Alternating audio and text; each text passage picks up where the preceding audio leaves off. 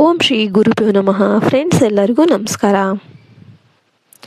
ಪ್ರಿಯ ಸಿಂಹರಾಶಿಯವರೇ, ನೀವು ಶಕ್ತಿಶಾಲಿಗಳು, ನಾಯಕತ್ವ ಗುಣ ಹೊಂದಿದವರು, ನಿಮ್ಮ ಮನೆಯ ಹೊಣೆ ಹೊರುವವರು.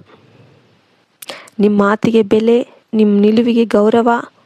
ಆದರೆ ಇದೇ ನಿಮ್ಮ ಶಕ್ತಿಯೇ ಕೆಲವೊಮ್ಮೆ ನಿಮ್ಮ ಸಂಸಾರಕ್ಕೆ ದೊಡ್ಡ ಅಪಾಯ ಆಗಿಬಿಡುತ್ತೆ. ಹೀಗಂತ ಜ್ಯೋತಿಷ್ಯ ಶಾಸ್ತ್ರ ನಿಮಗೆ ಎಚ್ಚರಿಕೆಯನ್ನು ಕೊಡುತ್ತೆ. ಯಾಕೆಂದರೆ ನಿಮ್ಮ ಆತ್ಮವಿಶ್ವಾಸ, ನಿಮ್ಮ ಗೌರವ ಭಾವವನ್ನು ಉಪಯೋಗ ಮಾಡಿಕೊಂಡು ಒಂದು ರೀತಿಯ ಮಹಿಳೆ ನಿಮ್ಮ ಜೀವನಕ್ಕೆ ಬಂದರೆ ಆಕೆ ನಿಮ್ಮ ಸಂಸಾರವನ್ನು ಒಳಗಿನಿಂದಲೇ ಹಾಳು ಮಾಡ್ತಾಳೆ. ಸಿಂಹರಾಶಿಯವರು ತಮ್ಮ ಗೌರವಕ್ಕೆ ತುಂಬ ಮಹತ್ವವನ್ನು ಕೊಡ್ತಾರೆ. ಯಾರಾದರೂ ನಿಮ್ಮನ್ನು ಮೆಚ್ಚಿದರೆ, ನಿಮ್ಮ ಶ್ರಮವನ್ನು ಹೊಗಳಿದರೆ, ನೀವು ಆ ವ್ಯಕ್ತಿಯನ್ನು ವಿಶೇಷವಾಗಿ ನೋಡೋದಕ್ಕೆ ಆರಂಭ ಮಾಡ್ತೀರಾ. ಇದೇ ಸಮಯದಲ್ಲಿ ಆ ಮಹಿಳೆ ನಿಮ್ಮ ಜೀವನಕ್ಕೆ ಪ್ರವೇಶ ಮಾಡ್ತಾಳೆ. ನೀನು ತುಂಬ ಶಕ್ತಿಶಾಲಿ, ನಿನ್ನಷ್ಟು ಹೊಣೆ ಹೊರುವವರು ಯಾರೂ ಇಲ್ಲ, ನಿನ್ನ ಸಂಗಾತಿಗೆ ನಿನ್ನ ಮೌಲ್ಯ ಗೊತ್ತಿಲ್ಲ, ಈ ಥರ ಮಾತುಗಳನ್ನು ನಿಧಾನವಾಗಿ ನಿಮ್ಮ ಕಿವಿಗೆ ಹಾಕ್ತಾ ಹೋಗ್ತಾಳೆ. ಆ ಮಹಿಳೆ ಮೊದಲು ನಿಮ್ಮ ಅಹಂಕಾರವನ್ನು ತಡ್ತಾಳೆ, ನಿಮ್ಮ ಗೌರವವನ್ನು ಎತ್ತಿಡಿಯುವಂತೆ ನಟನೆ ಮಾಡ್ತಾಳೆ. ಸಿಂಹರಾಶಿಯವರು ಇದನ್ನು ನಿಜವಾದ ಗೌರವ, ಬೆಂಬಲ ಅಂತ ಭ್ರಮಿಸಿಬಿಡ್ತಾರೆ. ಆದರೆ ಒಳಗೊಳಗೆ ಆಕೆ ನಿಮ್ಮ ಮನಸ್ಸಲ್ಲಿ ನಿಮ್ಮ ಸಂಗಾತಿಯ ವಿರುದ್ಧ ವಿಷ ಬೀಜ ಬಿತ್ತೋದಕ್ಕೆ ಆರಂಭ ಮಾಡ್ತಾಳೆ.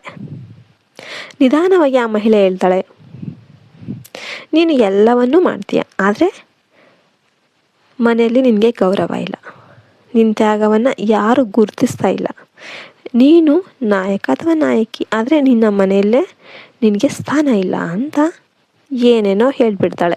ಈ ಮಾತುಗಳು ಸಿಂಹರಾಶಿಯವರ ಹೃದಯಕ್ಕೆ ನೇರವಾಗಿ ತಾಗುತ್ತೆ. ನಿಮ್ಮೊಳಗಿನ ಅಹಂ ನಿಧಾನವಾಗಿ ಗಾಯಗೊಳ್ಳುತ್ತೆ. ನೀವು ಗಟ್ಟಿಯಾಗಿದ್ದರೂ ಈ ಮಾತುಗಳು ನಿಮ್ಮೊಳಗೆ ಕೋಪವನ್ನು, ಅಸಮಾಧಾನವನ್ನು ಹುಟ್ಟಿಸುತ್ತೆ. ಗಂಡ ಹೆಂಡತಿಯ ನಡುವೆ ಮಾತುಕತೆ ಕಡಿಮೆಯಾಗುತ್ತೆ. ನೀವು ಮೌನವಾಗ್ತೀರಾ, ಆದರೆ ಆ ಮೌನದಲ್ಲಿ ಬೆಂಕಿ ಉರಿತಾ ಇರುತ್ತೆ. ಜ್ಯೋತಿಷ್ಯ ಪ್ರಕಾರ ಸಿಂಹರಾಶಿಯವರ ಅಧಿಪತಿ ಸೂರ್ಯ. ಸೂರ್ಯ ದುರ್ಬಲವಾಗಿರುವ ಸಮಯದಲ್ಲಿ ಅಥವಾ ರಾಹು ದೃಷ್ಟಿ ಬಿದ್ದಾಗ ಇಂತಹ ಮಹಿಳೆಯರ ಪ್ರಭಾವ ಹೆಚ್ಚಾಗುತ್ತೆ. ವಿಶೇಷವಾಗಿ ಆ ಮಹಿಳೆಯ ಹೆಸರಿನಲ್ಲಿ AMSRT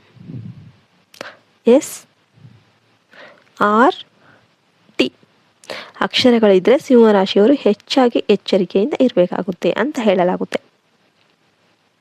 ಆಕೆ ನೋಡೋದಕ್ಕೆ ಹೊರಗಿನಿಂದ ನೋಡಿದರೆ ತುಂಬ ಗೌರವಪೂರ್ಣ, ಸಹಾನುಭೂತಿಯಂತೆ ಕಾಣಬಹುದು. ಆದರೆ ಆಕೆಯ ಉದ್ದೇಶ ನಿಮ್ಮ ಅಹಮ್ಮನ್ನು ಉಪಯೋಗಿಸಿ ನಿಮ್ಮ ಸಂಸಾರವನ್ನು ಒಡೆಯೋದು. ಸಿಂಹರಾಶಿಯವರೇ, ಒಂದು ವಿಷಯ ನೀವು ನೆನ್ಪಿಟ್ಕೊಂಡ್ಬಿಡಿ, ನಿಮ್ಮ ಸಂಸಾರವನ್ನು ಹಾಳು ಮಾಡುವವರು ಯಾರೋ ಹೊರಗಿನ ಶತ್ರುಗಳಲ್ಲ. ನಿಮ್ಮನ್ನು ಹೊಗಳ್ತಾ, ನಿಮ್ಮ ಗೌರವವನ್ನು ಎತ್ತಿಡಿತಾ, ನಿಮ್ಮ ಮನೆಯೊಳಗೆ ಬೆಂಕಿ ಹಚ್ಚುವವರೇ ನಿಜವಾದ ಅಪಾಯ. ಗೌರವ ಹೊರಗಿನಿಂದ ಸಿಗ್ಬೋದು, ಆದರೆ ಶಾಂತಿ ನಿಮ್ಮ ಮನೆಯಿಂದಲೇ ಸಿಗುತ್ತೆ. ಆದರೆ ಭಯಪಡೋದಕ್ಕೆ ಹೋಗಬೇಡಿ. ಸಿಂಹರಾಶಿಯವರಿಗೆ ಸೂರ್ಯದೇವನ ಮತ್ತು ನರಸಿಂಹ ಸ್ವಾಮಿಯ ಅನುಗ್ರಹ ಸದಾ ಇರುತ್ತೆ.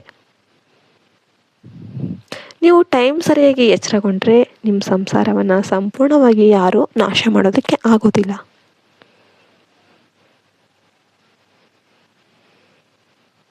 ಪ್ರತಿದಿನ ಬೆಳಿಗ್ಗೆ ಸೂರ್ಯನಿಗೆ ನೀರು ಅರ್ಪಿಸಿ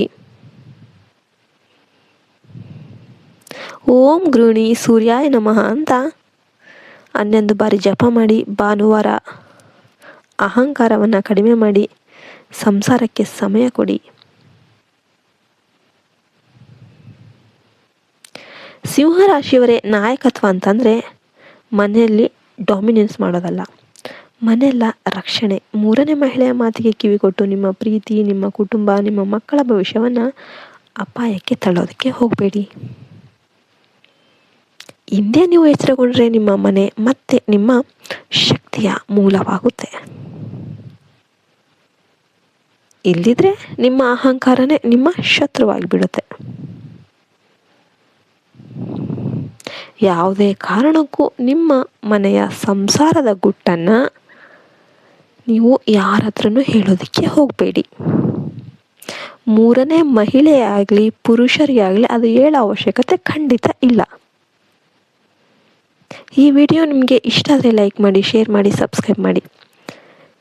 ನಿಮ್ಮ ಸಿಂಹರಾಶಿಯ ಎಲ್ಲ ಫ್ರೆಂಡ್ಸ್ ಜೊತೆ ಶೇರ್ ಮಾಡಿ. ನಿಮ್ಮ ಜೀವನದಲ್ಲೂ ಇಂಥ ಮಹಿಳೆಯ ಪ್ರಭಾವ ಇದೆ ಅನಿಸಿದರೆ ಕಮೆಂಟ್ನಲ್ಲಿ ಜೈ ಸೂರ್ಯದೇವ ರಕ್ಷಿಸು ಅಂತ ಕಮೆಂಟ್ ಮಾಡಿ.